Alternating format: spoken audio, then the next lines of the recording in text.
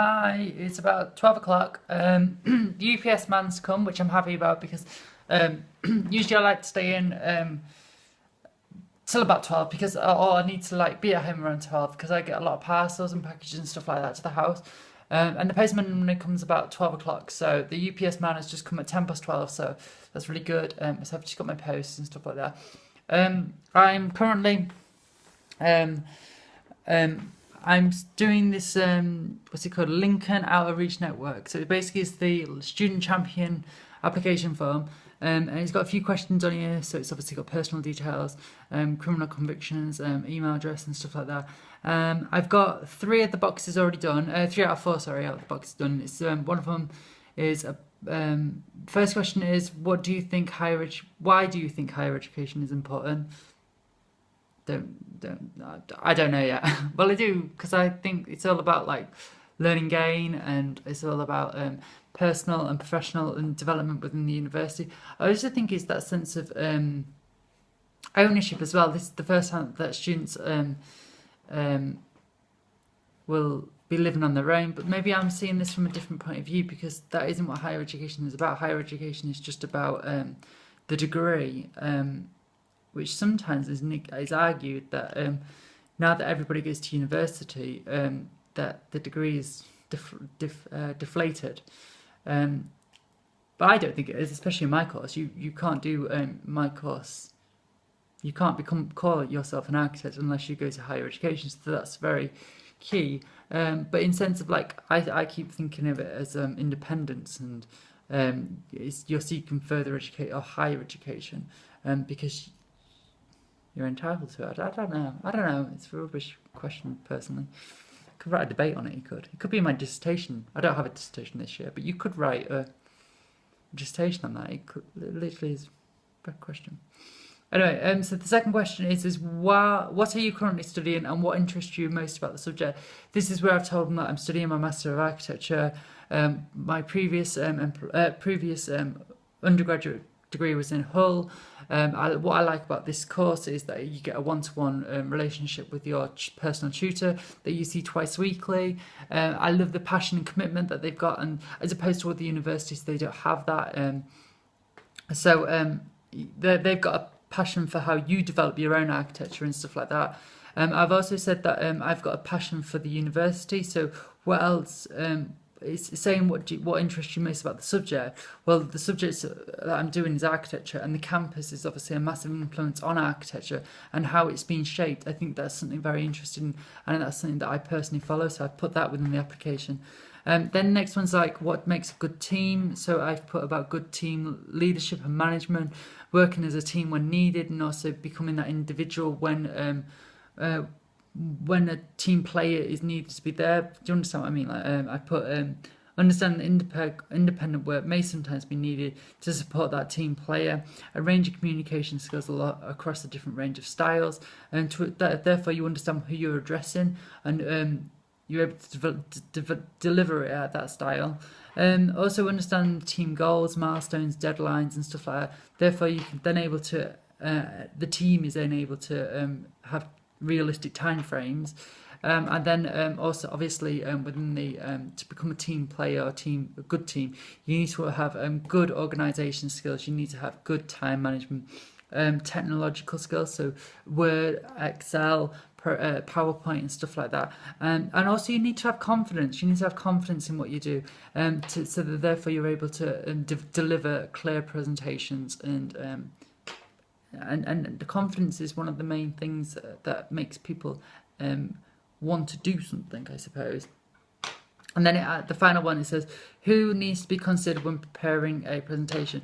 I don't know whether or not I was meant to like talk about it. Basically, what I've done this is just basically in bullet points, because I think this is very informative. So you need to know what your topic is and what's the outcome that you're looking for. You need to know who you're addressing, and who's that audience, and what language needs to be used. I put presentation style, so therefore you're able to recognise who you're addressing to adapt that presentation so it mirrors that exact same style.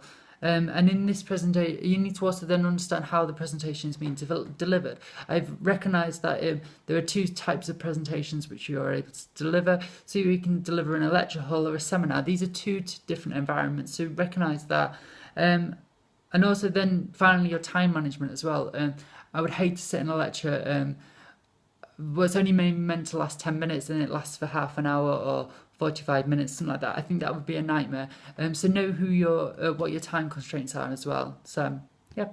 So I am now going to go and get a haircut. I've been trying to find a hairdresser in Lincoln for years, and I mean years, because every hairdresser that I go to, I just can't find a decent one. But now that I'm living at a different end of the city, there are some nice, well, I say nice, there's one on the corner which looks okay, as in like the people that come out of it look great.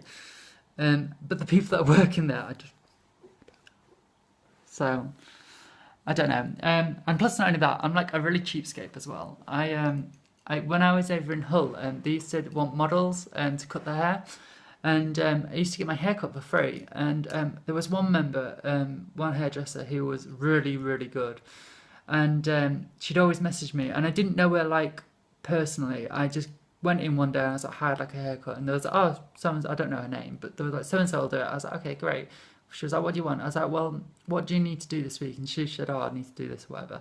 So I was like, well, I want my hair cut like this. And she was like, yeah, that's great. And she ended up cutting my hair like a hell of a lot of times, and it was always for free, and it was really good. And I don't think Lincoln's got one of them here, so I want my hair cut for free, but it's not going to happen. I've also now grown the beard, hence why it's looking a bit scruffy, but I want it trimming as well. I like it, I really do like it, and everyone else really likes it as well. I really do like it, I do. But the one thing that I don't like is like how scruffy it's looking, and I want to look smart, so yeah, gonna get that sorted, and then I'm gonna think about why higher education is important. So yeah, fun. What else have I got to do? I'm then gonna start painting maybe. So the UPS man's gone, so now I can go into town, get a canvas, and start painting what I want to paint for my project. So it'll be like my introduction project. It sounds really relaxed in what I need to do. It's because at the moment, we're not meant to be thinking like, what do we want to do? What building do we want to do? Why do we want to do this? But we're not meant to be thinking about that. What we're meant to be doing is like introduction. So like, what are your first thoughts, and how have you arrived at this thought? So okay, now let's portray that thought, but it's meant to be like all conceptual. So it's meant to be like I'm doing like maybe an underwater world and stuff like that. About this, and it all derives back to like Hull during the war. There was where Spurn Point is. It used to replicate Hull in the water. It did. So I'm curious to know what's happened underneath that water with all the bombs being dropped over there. I'm thinking about that. I am. So that's where my underwater creation came from. So knowing that above this water there were lanterns of what replicated Hull at night, and it was in water. So knowing that there's a threshold there between, obviously above the water, then obviously where the lights are, and then the water where the plane would be, and then underneath, understanding what happened there, or trying to envision something that would happen under there, and how this is like saved Hull, but it didn't save Hull. Hull was one of the first. 1 minute, how do you pronounce it? It was the worst city that got bombed after London. So even though someone had this genius idea, it still didn't save Hull, and they still knew where Hull was. And I don't know. I think this is something really interesting that I'd like to develop. So I'm trying to think things like creatively about this, rather than thinking I want to build and I want to do this and I want to do that. So I'm just like, yeah. So anyway, I'm going to go because I've already been on talking to you for about 10 minutes. So I'll speak to you in a bit. Bye.